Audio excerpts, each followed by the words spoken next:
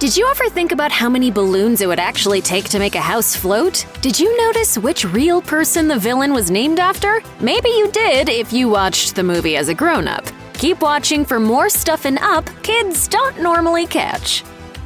Up begins by introducing Carl and Ellie, two youngsters who bond over their shared love of adventure. Yet before they even meet, we see a 9-year-old Carl in a dimly lit movie theater screening a black and white newsreel. Wide-eyed and filled with wonder, young Carl's gaze is glued to the screen as a crackling 1930s voiceover tells the story of famous adventurer and Carl's hero, Charles Muntz. The newsreel describes the rise and fall of the fearless explorer, which later comes into play in the third act of the movie. Because the main plot of Up takes place in 2009, it's possible that its core demographic might not be aware of the historical reference being made at the beginning of the film. Today, movies in theaters are preceded by ads, behind-the-scenes sneak peeks, trivia quizzes, trailers, and so on. In the early days of cinema, however, short documentaries covering the events of the day were the norm. Of course, once televisions became available in most households, theatrical newsreels went the way of the dinosaur. It's likely that most kids, and honestly even many adults, might be a bit out of the loop on this one. Kids are often under the impression that adults have an endless supply of cash. They're the ones with the jobs, after all. They buy the food, the clothes, the toys, the tablets, so why do they always claim that they don't have any money when the kids ask for it? They must be a bunch of liars, right? Up provides a very good reason why this is not the case. In the movie's montage opening, Ellie and Carl can be seen dropping coins into a jar labeled Paradise Falls, their dream vacation destination. Of course, they often must break the jar open to dig into their savings because, well, stuff happens. Flat tires, hospital visits, and roof repairs are just a few examples of unpredictable expenses that grown-ups have to contend with. Sadly, these trials often mean that dreams and future goals have to be put on hold if they even happen at all. As the old saying goes, life is what happens while you're making other plans. Most adults know that those plans and life tend to cost a lot, yet as Up also teaches, life's greatest adventures can also be had without ever spending a dime. When most fans think of Up, they think about the film's first heartbreaking 10 minutes. In that short period, we see a lifetime of memories flash before our eyes. What makes the scene even more moving is that it happens mostly without dialogue, using simple and relatable imagery to tug at the audience's emotions. You know, you don't talk very much. I like you. It's probably safe to assume that for most young people, the montage is just there to provide a backstory for Carl. Sure, there's some sadness to it, but it may be difficult for some younger viewers to understand why their parents are reaching for the tissues. And one moment of the sequence in particular might go a little over the heads of most kids. While Ellie's death is certainly poignant, for many adults, it's the scene of her miscarriage that gets the tears flowing. Lots of kids may have had to ask the adult in the room to even understand what was happening. Losing a child before they're born is a painful ordeal, one that only those who have experienced it for themselves can ever know. Ellie and Carl's heartbreak is evident, but it's one that kids will have to grow up a little more to truly fathom. Shortly after the audience sees Carl in his natural state, they are introduced to aspiring senior wilderness explorer Russell. He's a rambunctious 8-year-old who is trying to earn his Assist the Elderly badge and has his eyes set on assisting Carl. Unfortunately for Russell, Carl has no need of assistance and no patience for the well-meaning boy. To get Russell out of his hair, Carl asks for his help in tracking down a snipe that has been getting into his prized azaleas. Russell eagerly accepts the task, only to later learn the whole thing was a ruse. Though the imaginary snipe hunt may be a new concept for kids, some adults may find it all too familiar. In fact, it's a tradition going back generations. Fans of the animated series King of the Hill may remember another reference to snipe hunting from the Season 1 episode, The Order of the Straight Arrow, in which the practical joke goes a bit too far. For Russell and Carl in Up, however, the snipe becomes a wondrous aspect of their journey. I found the snipe! Oh, did you? An early scene in Up shows Carl relaxing in front of a glowing TV set before his respite is interrupted by Russell knocking on the front door. The audience doesn't have to see the screen to know what Carl is watching. Even a few seconds of audio is enough to recognize a home shopping segment. Yet only adults, if they are paying close enough attention, may recognize the clip's audio from a famous viral video of the 2000s. The particular clip that Carl is watching is a home shopping blooper video in which a man is promoting the sale of a high-quality camera. To demonstrate the camera's printer capabilities, he holds a giant blown-up photo of a moth. He then states very confidently that the photo is a picture of a horse, saying, "Look at that horse.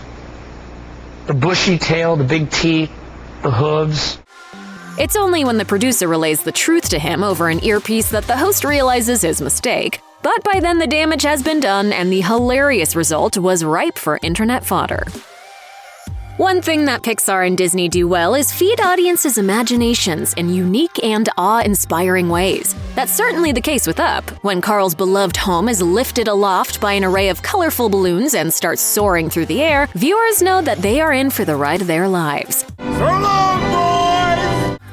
As majestic as the sight is, however, many adults can't help but feel a stab of cynicism at the concept. According to Slate magazine, Pete Docter, the co-director of Up, said that the number of balloons estimated by their technician team to carry out such a feat is 23.5 million. However, animating that many balloons would have been far too daunting a task, so Pixar settled for just over 20,000 in the scene where the house first lifts off, and half that number in subsequent scenes. Since then, many have attempted to answer the question of how Carl's floating balloon house could actually work. One video from YouTuber Matthew Patrick delved deep, considering every potential factor from the house's building materials to the ratio of helium and mass weight. In the end, Patrick estimated that it would take approximately 31 million balloons to achieve the stunt in real life.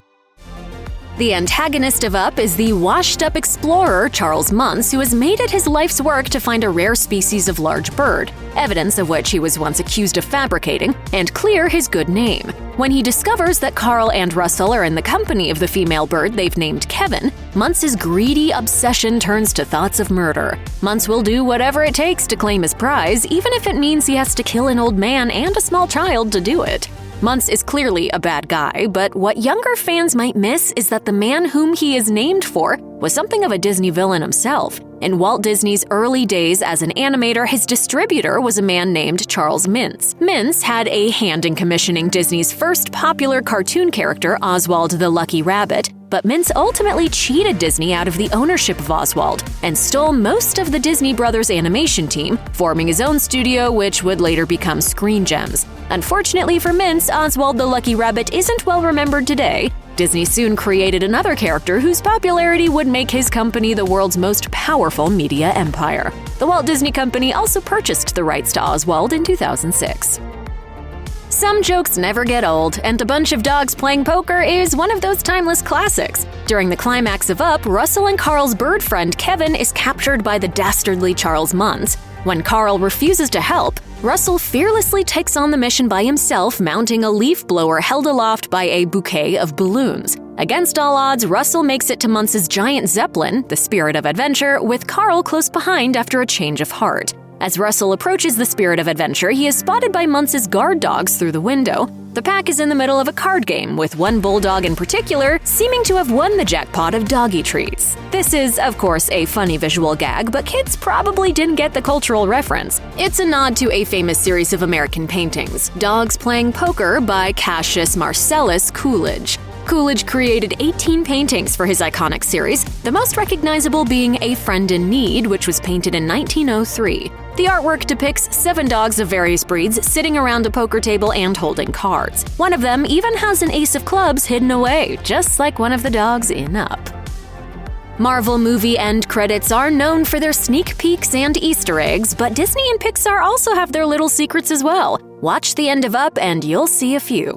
At the beginning of the movie, Carl collects his mail and finds a brochure for Shady Oaks retirement home. He scoffs at the literature, clearly not even considering assisted living to be an option. However, he is forced to leave his home after attacking a construction worker and presumably losing a court battle. 2 retirement home employees show up at his door to escort him to his destination, but he manages to escape their clutches. After Carl and Russell return home from their adventures, audiences can get a glimpse of a few of their outings via scrapbook photos in the end credits. They can be seen picnicking on a hill, visiting a museum, and chasing after a squirrel-hunting Doug. There is also a photo of the 2 of them with the elderly folks at what is likely Shady Oaks. The dogs from Muntz's crew enjoy quality time with the residents, and it appears that Carl also feels quite at home. With his own house now overlooking Paradise Falls, it looks as though Carl may have decided that assisted living wasn't such a bad idea after all.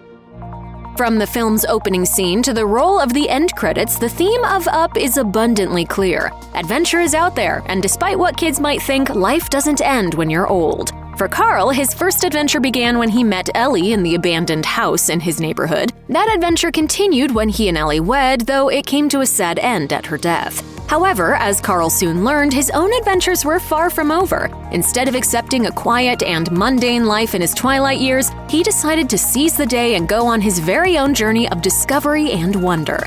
Just like Carl as a young boy, everyone at one time in their lives has felt the need for adventure, whether it's playing pretend in their backyard or seeing the world. And just because people get older doesn't mean they lose that spark and lust for life. As Carl learns throughout his time in Up, adventure is indeed out there and can be found in many places. Marriage is an adventure, life is an adventure, and you're never too old to hold on to that childlike awe and go out and seek it for yourself. Ellie is so beautiful.